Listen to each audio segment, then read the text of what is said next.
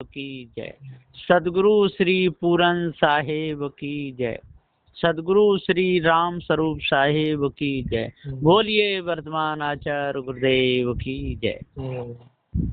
बंदी छोर सदगुरुदेव की दया से सदग्रंथ सत्य के खोजी बालक नाटक में सदगुरुदेव समझाए जो बहुत सुंदर नाटक है, जो 10वें आचार्य सदगुरु श्री महान साहब जी रचित है। जब वो बच्चे घर से निकले, जंगल में पर्णकुटी बना के रहने लगे, वहां पर बड़े बड़े पंडित शास्त्र के लिए आने लगे। और जब पंडित लोग उनसे शास्त्र में हार गए, अब अगला दृश्य चलता है। पंडित लोगों के हारने पर आसपास सब और हल्ला हो गया कि 2 बच्चे जाने कहां से जंगल में आ गए हैं। उन्होंने पंडित समाज को शास्त्र में हरा दिया। लोग बाग उनके दर्शनों को आने लगे। शहरों में घर घर उनकी चर्चा होने लगी। अच्छे अच्छे विद्वान घबराने लग गए और उस मार्ग को छोड़ गए। एक दपहर पंडित रघुनंदन अपने एक यजमान के यहाँ यज्ञ कराने जा रहे हैं। जहाँ पर इन बच्चों की कुटी थी, वहीं होकर जा रहे हैं। विवेक प्रकाश और ज्ञानेश आपस में सत्संग विचार कर रहे हैं। पंडित रघुनंदन की निगाह इन बच्चों पर पड़ती है और पंडित जी चौंक जाते हैं और दूसरे मार्ग को लौट जाते हैं। बच्चों को देखकर मन में सोचते हैं कि बच्चे फालतू में तर्क करेंगे, इसलिए दूसरे ही मार्ग से चलें। पंडित जी को लौटते देखकर विवेक प्रकाश और ज्ञानेश भागकर पंडित जी का रास्ता घेर लेते हैं और कहते हैं, विवेक प्रकाश, पंडित जी नमस्कार। पंडित जी नमस्कार, कहो कुशल तो हो ना? ज्ञानेश, हम तो कुशल हैं, परंतु ये बताओ, हम कोई सींग वाले जानवर तो है नहीं जो आप हमको देख के डरपो हो और बच बच के चलो हो। हमको देख के आप लौटे क्यों? आओ थोड़ी देर बैठ के विचार करेंगे। पंडित जी बनावटी हंसी हंसते हुए, अरे बच्चों कोई बात नहीं है, मैं जरा जल्दी में हूँ, मोई वहां जाए के एक यज्ञ करानी है, सो हमारो तुम्हारो सत्संग फिर होगा।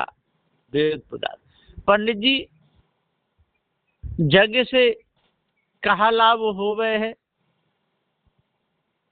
जे चों करी जावे है, सो हमको सब समझाए के बताओ, जब ही हम आपको जान देंगे तभी जाने देंगे। पंडित जी देखो बेटा, अभी तुम बच्चे हो, अभी तुम समझो बूझो और थोड़े से रूप में समझाए देता हूँ। देखो, यज्ञ से देवता प्रसन्न होते हैं, उनका नाम लेकर जो आहुति दी जाती है वो उसी देवता के पास पहुंचती है। जैसे लेटर वृक्ष में जिसके पते से पत्र लिखकर डाला जाता है, वह पत्र उसी के पास पहुंच जाता है। इसी प्रकार हवन कुंड लेटर वृक्ष है।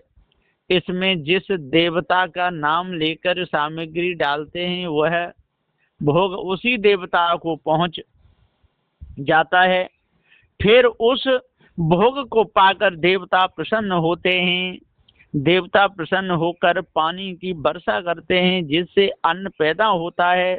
दूसरा लाभ यह है, यज्ञ से में वहाँ का वातावरण पवित्र हो जाता है, रोग के कीटाणु मर जाते हैं, दुर्गंधित गैस हटकर वातावरण में सुगंधी छा जाती है, रोग नहीं फैलते हैं और कई लाभ हैं। मुझे देर हो रही है, अब जाने दो। विवेक प्रकाश, पंडित जी पहले हमारी शंका समाधान कर दोगे, जब ही तो जान देंगे। ये बताओ अपन चिट्ठी डाले हैं तो अपने परिचित आदमी के ही पास डाले हैं, वहाँ को उलट के जवाब हु अपने पास आ जावे है कि तुम्हारी चिट्ठी वह वस्तु हमको मिल गई। अब ये बताओ आपने कितने हु यज्ञ करी होगी और न जाने कितनी दफे अपने उन देवताओं को आहुति दी होगी। तो कहा काहू बिना काहू देवता की खबर तुम पे आई है कि मोकू तुम्हारो भोग मिल गयो या नहीं मिलो, या काहू देवता ने तुमते कही है कि तुम्हारे भोग को हम खावे हैं। यदि ऐसा नहीं भयो तो आपको कैसे मालूम पड़ी कि हमारी आहुति देवता पे पहुंची या नहीं पहुंची? जाको आपके पास कोई प्रत्यक्ष प्रमाण है? और आप कहो हो कि जब हम यज्ञ करेंगे तब देवता प्रसन्न है कि जल की वर्षा करे हैं। जो बात आपकी न्याय निर्णय से सिद्ध नहीं होवे है, क्योंकि कई देशन में यज्ञ कोई नामू नहीं जाने हैं, तो वहाँ वर्षा क्यों होवे है? कोई कोई देशन में तो रोज वर्षा होवे है, वहाँ बिना यज्ञ के ही वर्षा क्यों होवे है? इससे आपकी एक हु बात सही नहीं ठहरती।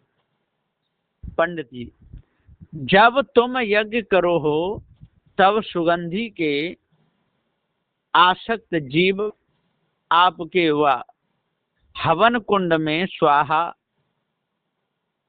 है जावे हैं, तो ये कितने जीवन की हत्या को पाप भयो।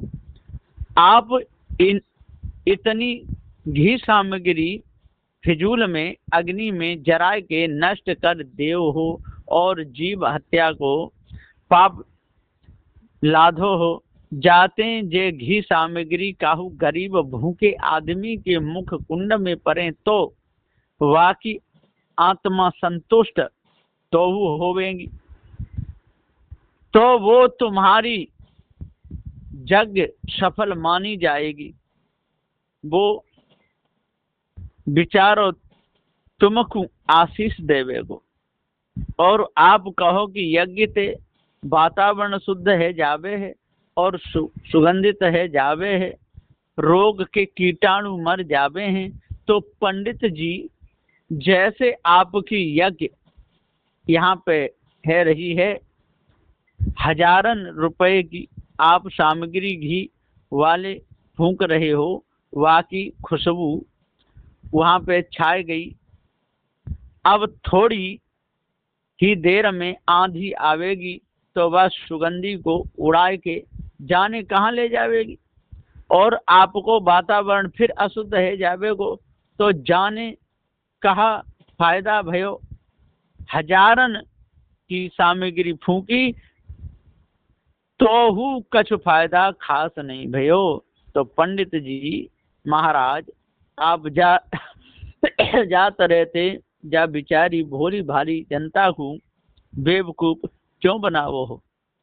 पंडित जी, बालको बात तुम्हारी ही सही मालूम पड़े है, परंतु तुम जा बात को काहू और ते मत कहियो। अरे ये बताओ, जा में अपनों कहा खर्च होवे है, खर्च वाले को खर्च होवे है और अपना लोगन को बैठे ठालेन को धंधो है जावे है। हमारे जाने काहू को भलो होवे या ना होवे, अपन को जाते कहा अपन तो यज्ञ करावे हैं, वाको मेहनतानो लेवे हैं, फिर हमारी तरफ से चाहे वो स्वर्ग को जाए या नरक को, हमें जाते कहा मतलब। पर यह बताओ, तुम हूँ तो ब्राह्मण बालक हो, हमने ऐसी सुनी है, तो तुम्हें हूँ तो जे ही कर्म करनो पड़ेगो। सो तुम अपने पावन पे कुल्हाड़ी क्यों मारो हो? अपन लोगन कोई धंधो ठप है जावेगो, इन लोगन को कहा बिगड़ेगो, जाते तुम ऐसी बात मत करवो करो। विवेक प्रकाश और ज्ञानेश पंडित जी की बातों पर हंसने लग गए। इतने में पंडित जी अपनों पीछे छुड़ा के चल दिए। पंडित जी ब्राह्मण लोग विचार करने लगे कि बनवासी बालक कहीं अपन ब्राह्मणों की जड़ ही नहीं उखाड़ दे। भैया चलो किसी भी तरह इनको रोको, ये सब का खंडन करते हैं, इसलिए इकट्ठे होकर चलो। अगर वैसे शास्त्रार्थ में नहीं तो फिर डरा धमका कर समाज साम दाम दंड भेद किसी प्रकार भी इनको रोकना चाहिए, नहीं तो ये ब्राह्मणों की पोल खोल देंगे और देश में नास्तिकता आ जाएगी। भैया अपना तो धंधा ही यही है, इस धंधे को ये चौपट कर देंगे। विवेक प्रकाश और ज्ञानेश जंगल में बैठे अपना सत्संग कर रहे हैं। इधर ये पंडित समाज विवेक प्रकाश को ढूंढते ढूंढते उसी जंगल में पहुंचते हैं जहां पर दोनों बच्चे आपस में विचार विमर्श कर रहे हैं और उनको आदर सहित बैठाते हैं। अब आपस में वार्तालाप करते हैं। पंडित जी, बच्चों हमने तुम्हारी बहुत तारीफ सुनी है, 100 दर्शनों की लालसा हुई तो तुम्हारे दर्शनों के लिए ही हमारा यहाँ आना हुआ है। ज्ञानेश, बहुत सुंदर, हमहू को आपके दर्शन को लाभ प्राप्त भयो, कहो हम लायक कोई सेवा। पंडित विद्याधर, सेवा तो कुछ नहीं है, हमने तुम्हारे विषय में ऐसा सुना है लोग बागों से कि वनवासी बालक देवी देवता भगवान आदि को नहीं मानते। वैसे हम लोगों को तो विश्वास नहीं हुआ, परंतु मन में संशय रहा कि ये गलत बात है या सही है, इसलिए चले आए। अब हम ये जानना चाहते हैं कि आपके विचार क्या हैं, तुम क्या मानते हो, सो बताओ। बेगुसार, पंडित जी हमारे मन में तो कोई काहू प्रकार की हुमानंदी नहीं है, जो बात न्याय निर्णय में सही ठहरे है हम वही को सही माने हैं, जो बात न्याय निर्णय विवेक में नहीं ठहरे है वो बात चाहे काहू की पूछो न होवे हम वाकू नहीं माने हैं। पंडित विद्याधर, तुम लोग परमात्मा को मानते हो या नहीं, और मानते हो तो उसे कैसे रूप में मानते हो, सो कहो। वेद प्रकाश, परमात्मा क्या वस्तु है वो हमको कहाँ मालूम, हम तो यह जानते हैं कि परमात्मा नाम की कोई मनोकल्पित चिड़िया होगी, वाके बारे में आपकी जाने क्या कल्पना हो, जे हमको क्या मालूम। आप पहले अपने परमात्मा को वर्णन करो, फिर बाप विचार विमर्श होगा कि आपको परमात्मा कैसो और कहाँ वस्तु है और बा को कहाँ प्रमाण है। पंडित विद्याधर, कार्य उत्पन्न हुए नाना पदार्थों को देखकर इसके कारण का बनाने वाले का अनुमान होता है। जैसे तेल को देखकर तिल पेड़ आदि को का है, तैसे ही इस संसार को देखकर इसको बनाने वाले का अनुमान होता है। तो जिसने ये संसार खेल को बनाया उस बनाने वाले को हम परमात्मा मानते हैं। विवेक प्रकाश, पंडित जी महाराज आप कार्य पदार्थ को देख के ताकि कारण को अनुमान प्रमाण मानो हो, सोहु प्रत्यक्ष देखे गए पदार्थ से ही सिद्ध होवे है। जैसे आपने जल्दी आग ते धुआं निकर तो देखो है, फिर जल की भाप को देख के वहां आग जरबो को अनुमान आपको गलत है जावे को। दूसरो आपने मेज कुर्सी बनाते बढ़ई देखो है, फिर काहू पेड़ को देख के ये अनुमान करो कि ये हु काहू बढ़ई ने ठीक ठोंक पीट के बनायो होगो, तो ये हु अनुमान आपको गलत ही ठहरेगो।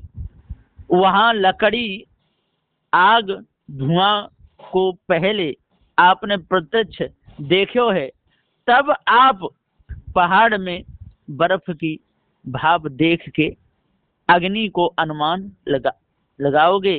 तैसे ही जगत कर्ता काहू ने देखो तो नहीं है, फिर बा को लिए अनुमान प्रमाण कैसे सिद्ध होगो। जाते जगत कर्ता की आपने कल्पना करी, परंतु आप यह बताओ कि आप जगत कर्ता को कैसो मानो हो, इसका हमको पूरा भेद बता दीजिए। पंडित दयाशंकर। पुरुष एवेदम सर्व यद भूतम च भव्यम।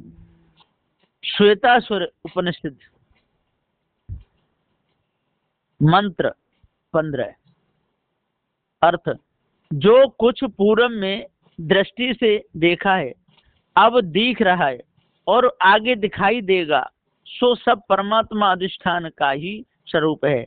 इस प्रमाण से मैं कर्ता को चेतन पुरुष मानता हूँ। देव प्रकार, यदि सब पदार्थ रूप ही कर्ता चेतन पुरुष माने, तो देहधारी चेतन जीव और जड़ पदार्थ अलग अलग क्यों प्रतीत हो गए हैं। जाते दृश्य जगत अनादि सिद्ध ठहरे है। अहम विकार ही हीन वस्तु, देखो नित्यम विकारवान इति प्रतीयते। साक्षात कथनम स्वाद देहक पुराण। अपरोक्ष अनुभूति श्लोक। अर्थ, शंकराचार्य कहते हैं कि जीवात्मा विकार रहित और देह सदा विकारवान है, ऐसी साक्षात प्रतीति होवे है। जाते जीवात्मा कैसे देह में है सके है। जा प्रमाण ते सब चेतन जीव विकार ते रहित अविनाशी हैं, जिनकी उत्पत्ति मानना असंभव दोष युक्त है। जाते तत्वन को कार्य रहित अनेक चेतन जीव स्वरूप से अनादि ठहरवेते, सब जगत स्वरूप ते अनादि सिद्ध है। यदि अविनाशी चेतन जीव उत्पन्न भय माने, तो जगत करता हूँ दूसरे चेतन ते उत्पन्न भयो होगो, परंतु परस्पर एक चेतन को अन्य चेतन के उत्पत्ति की अपेक्षा रहवे ते अन्योन्य श्रेय दोष आता आवे है। अथवा कहा, कबीर जब यह जग नहीं रहु एक भगवान, जिन ये देखा नजर सो रहु कौन मकान। जा प्रमाण ते कहीं एक चेतन करता है, ताकू जगत में निर्णय करवे वारे और देखवे वारे देहधारी मनुष्य रहे बिना कौन वर्णन कर सके। जाहिते अविनाशी चेतन जीव सहित जड़ तत्व को जगत अनादि ही ठहरे है। पंडित श्याम सुंदर, यदि कर्ता चेतन पुरुष नहीं ठहरता तो तिस विषय और भी कहा है। श्लोक। स्वथावरास्तत्र देहा यसु सूक्ष्मा गुलमलताय शिव गीता अध्याय। अर्थ, स्थावर उद्द खानी के वृक्ष, गुल्म, बेल, कृष्णा इत्यादि अंकुरज मात्र देह धारी सर्व जीव मुख्य जल और पृथ्वी, ये दो तत्वों के संयोग से पृथ्वी को फाड़कर ऊपर निकल पड़ते हैं। इस प्रमाण से मैं कर्ता को जड़ मानकर पांच तत्व भी जड़ अनादि मानता हूँ। तिनके संयोग वियोग से या मिलन बिछुड़न से जगत की उत्पत्ति और प्रलय होती रहती है। ज्ञानेश, यदि कर्ता हूँ जड़ और तत्व हूँ जड़, उन दोनों को उपादान कारण जड़ ही माने तो तिनके संयोग ते अनेक अविनाशी निमित्त कारण चेतन जीवन की उत्पत्ति माने वो असंभव दोष युक्त है। क्योंकि जड़